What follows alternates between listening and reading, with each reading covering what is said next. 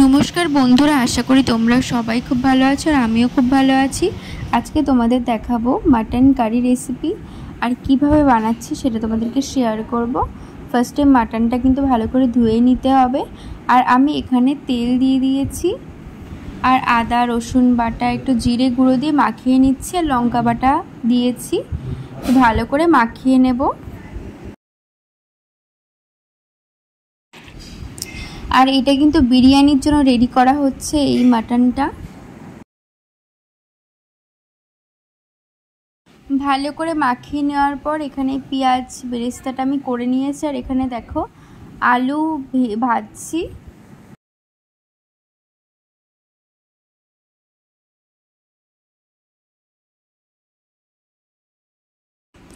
আলুগুলো ভেজে নেওয়ার পর কিন্তু তেল বসিয়ে দিয়েছি কড়াইতে।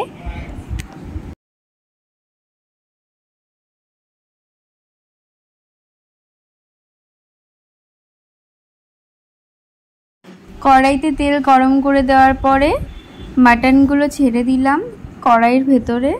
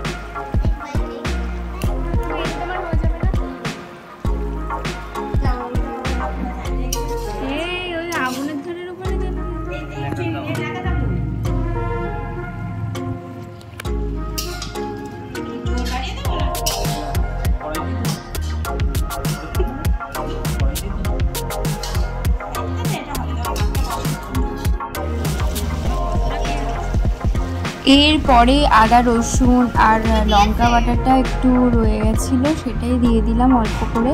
তারপরে ভালো করে কষিয়ে নিলাম।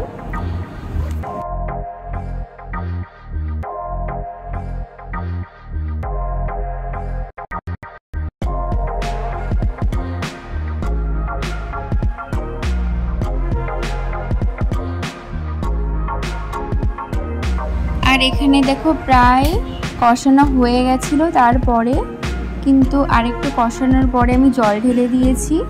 জল ঢেলে দেওয়ার পরে সিদ্ধ হতে দিয়েছি। আর এটা পুরোটাই কড়াইতেই হবে, প্রেশার কুকার আমি ইউজ করব না যেহেতু অনেকটা মাটন। এরপরে আলুগুলো দিয়ে দিলাম।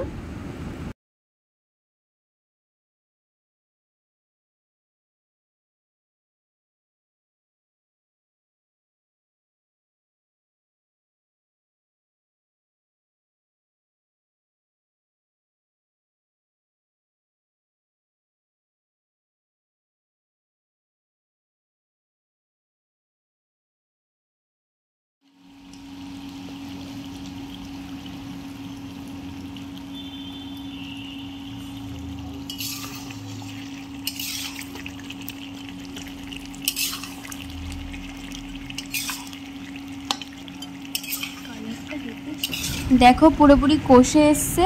এবার কিন্তু নামিয়ে নেব, বিরিয়ানিটা রেডি করতে থাকবে।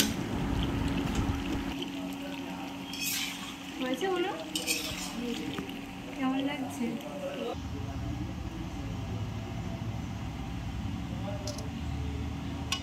হয়েছে?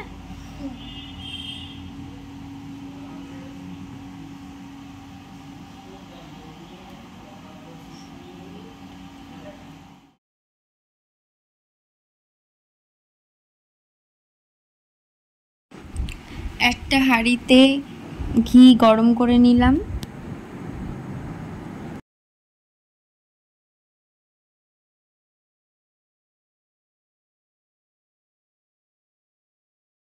মাটন কষা দিয়ে দিলাম, তার উপরে দিয়ে দিচ্ছি ভাত।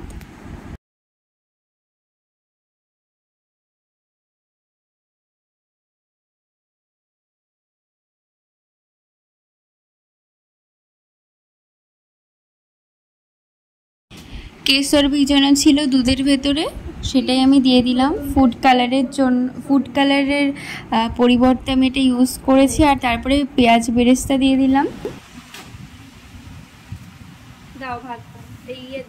এরপরে দিয়ে দিচ্ছি বিরিয়ানি মশলা, তার মধ্যে দিয়ে দিচ্ছি ভাত, তারপরে কিন্তু আবার দিয়ে দিলাম মাটন কষা, তারপরে আবার দিয়ে দিচ্ছি বেরেস্তা। তো এইভাবে স্তরে স্তরে সাজিয়ে নেব।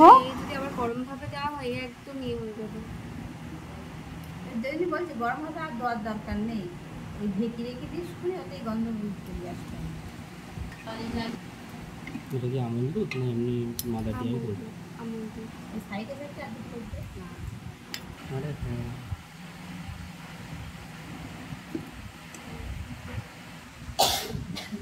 বললে মা আজকের দিনটা একটু, আগের দিনও বলো ওই বিরিয়ানির চাল বলো সব আমি করেছিলাম। না না তুমি কোথায় ছিলে? আজকে জানো যে একটু ভালো করে করতে হবে, তাহলে কেন এরকম?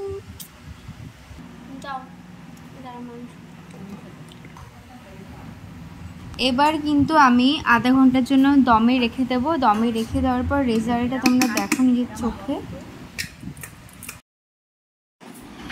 এই যে দেখো কত সুন্দর হয়েছে, পুরো ঝুরঝুরে। আর এইগুলো ছিল মেনু, খুব ভালো ভালো মেনু ছিল। আর সবই রেসিপি প্রায় তোমাদেরকে দেখানো। তো এই রেসিপিটি ভালো লাগলে অবশ্যই লাইক করো।